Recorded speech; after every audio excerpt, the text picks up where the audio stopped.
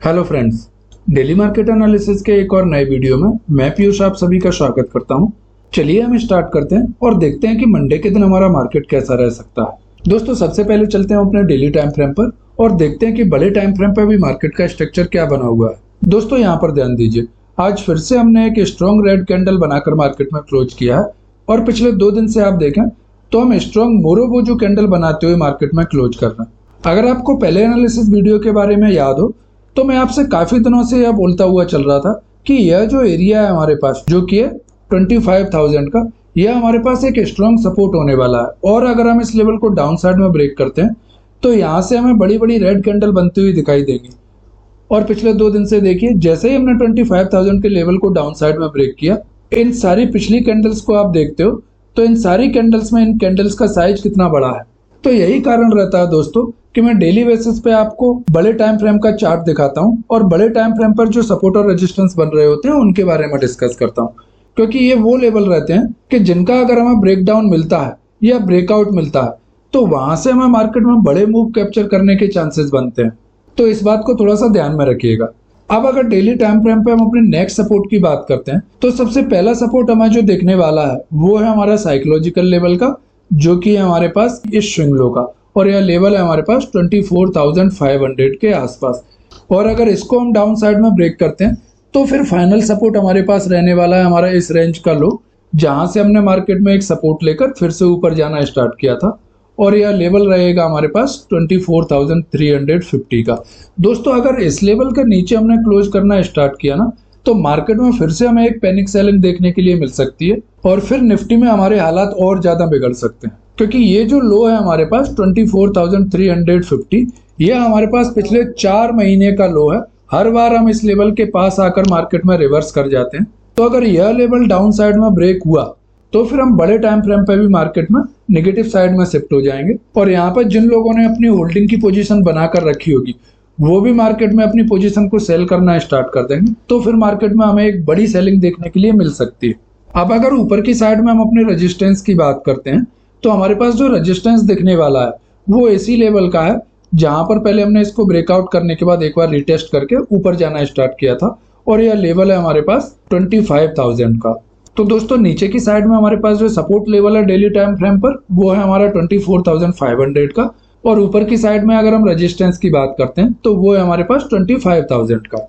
चलिए अब हम 15 मिनट के टाइम फ्रेम पर चलते हैं और देखते हैं कि मंडे के दिन हमारा बेस्ट ट्रेडिंग सेटअप क्या रह सकता है। दोस्तों आज के प्राइस एक्शन को अगर हम समझने की कोशिश करते हैं तो आज हमें गैप डाउन ओपनिंग मिली और ओपनिंग के साथ ही एक बार बायर ने मार्केट को ऊपर ले जाने के लिए ट्राई किया, और हम कहां तक आए, हम आए अपने पिछले दिन के लो के पास, जो कि हमारे लिए एक रेजिस्टेंस होता है। दोस्तों टेक्निकल एनालिसिस में पिछले दिन का हाई, पिछले दिन का लो और क्लोजिंग, यह हमारे लिए एक इंपोर्टेंट सपोर्ट और रेजिस्टेंस का काम करता है। तो जब हम पिछले दिन के लो के पास पहुंचे तो यहीं से सेलर मार्केट में एक्टिव हुए और फिर मार्केट धीमे धीमे प्राइस एक्शन बनाते हुए नीचे आ गया। अब कल के एनालिसिस वीडियो का अगर आपको याद हो तो मैंने आपके साथ यह एक लेवल डिस्कस किया था जो कि था हमारे पास 24,800 का, और मैंने आपको क्लियर बोला था कि अगर इस लेवल का ब्रेकडाउन हमें देखने के लिए मिला तो यहाँ से फिर से हमें मार्केट में एक पैनिक सेलिंग देखने के लिए मिल सकती है। इस चार्ट को मैं थोड़ा सा आपको बड़ा करके दिखाता हूँ। आप देखिए, जैसे ही हमने इस लेवल को डाउन साइड में ब्रेक किया जो कि था हमारे पास 24,800 का, कितना शार्प डाउनफॉल हमें यहाँ से देखने के लिए मिला। पहले हमने इस लेवल के पास एक बार रेंज बनाई, रेंज बनाने के बाद हमने इसको ब्रेक डाउन किया और फिर एक बार रिटेस्ट किया, और रिटेस्ट के बाद जब हमने नीचे जाना स्टार्ट किया तो आप देखिए कोई भी एक कैंडल हमें ऐसी नहीं दिख रही है जिसमें कुछ भी रिट्रेसमेंट हमें देखने के लिए मिला हो। और अगर इस ब्रेकडाउन की आप बात करते हैं तो यह ब्रेकडाउन हमें कब मिला? यह ब्रेकडाउन मिला हमें सेकंड हाफ के बाद। तो सेकंड हाफ के बाद जो भी ब्रेकडाउन रहते हैं वो थोड़े से सस्टेनेबल रहते हैं और उनमें प्रीमियम भी बहुत अच्छा बढ़ता है। यह मैं आपको पिछले एनालिसिस वीडियो में कई बार डिस्कस कर चुका हूँ, तो इस चीज को भी थोड़ा सा ध्यान में रखिएगा।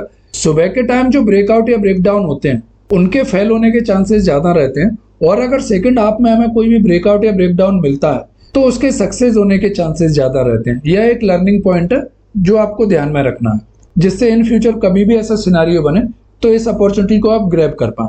चलिए अब मंडे के लिए हम अपना ट्रेड प्लान एक बार डिस्कस कर लेते हैं। दोस्तों अब अगर हम आज के हाई की बात करते हैं तो आज का हाई हमें मिला है 24,870 के पास, और अगर हम लो को देखते हैं तो लो है हमारा 24,630 का। तो इसको मैं थोड़ा सा बफर रखकर 24,620 का लेवल मान के चल रहा हूँ और यही हमारे लिए पहला सपोर्ट का काम करेगा।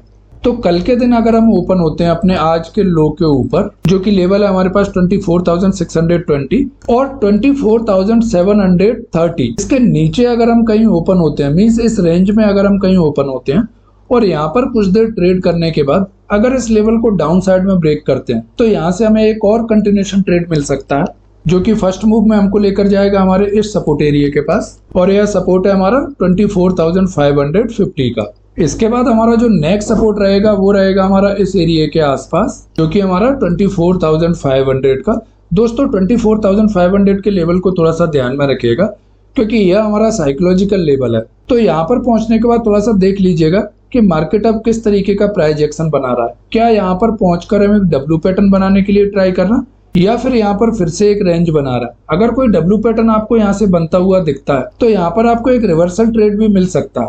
लेकिन ध्यान रहे, अगर आप रिवर्सल ट्रेड प्लान करना तो यहाँ पर अपनी क्वांटिटी मिनिमम रखिएगा, या कोशिश कीजिएगा कि इस ट्रेड को अवॉइड ही कर दें, क्योंकि ट्रेंड के अगेंस्ट में ट्रेड लेना थोड़ा सा खतरनाक रहता है। अगर एक रेंज बनाकर हम दोबारा से इस लेवल को डाउन साइड में ब्रेक करते हैं तो फिर जो थर्ड मूव रहेगा उसमें हमारा निफ्टी जा सकता है हमारे इस एरिया के पास, जो कि हमारा 24,430 के आसपास। यह तीन मूव आपको निफ्टी में डाउन साइड में देखने के लिए मिल सकते हैं, इनकेस अगर हम 24,620 को सक्सेसफुली डाउन साइड में ब्रेक डाउन कर पाते हैं तब। दोस्तों अब अगर ऊपर की साइड में अपने रेजिस्टेंस को देखते हैं तो ये जो एरिया है जहां पर हमने काफी देर एक रेंज बनाई थी और यहाँ पर सपोर्ट लेने के बाद जब इसको डाउन साइड में ब्रेक डाउन दिया तो यहाँ से हमें एक शार्प डाउनफॉल देखने के लिए मिला था। तो ऊपर की साइड में जाते समय यही लेवल हमारे लिए पहले रेजिस्टेंस का काम करेगा।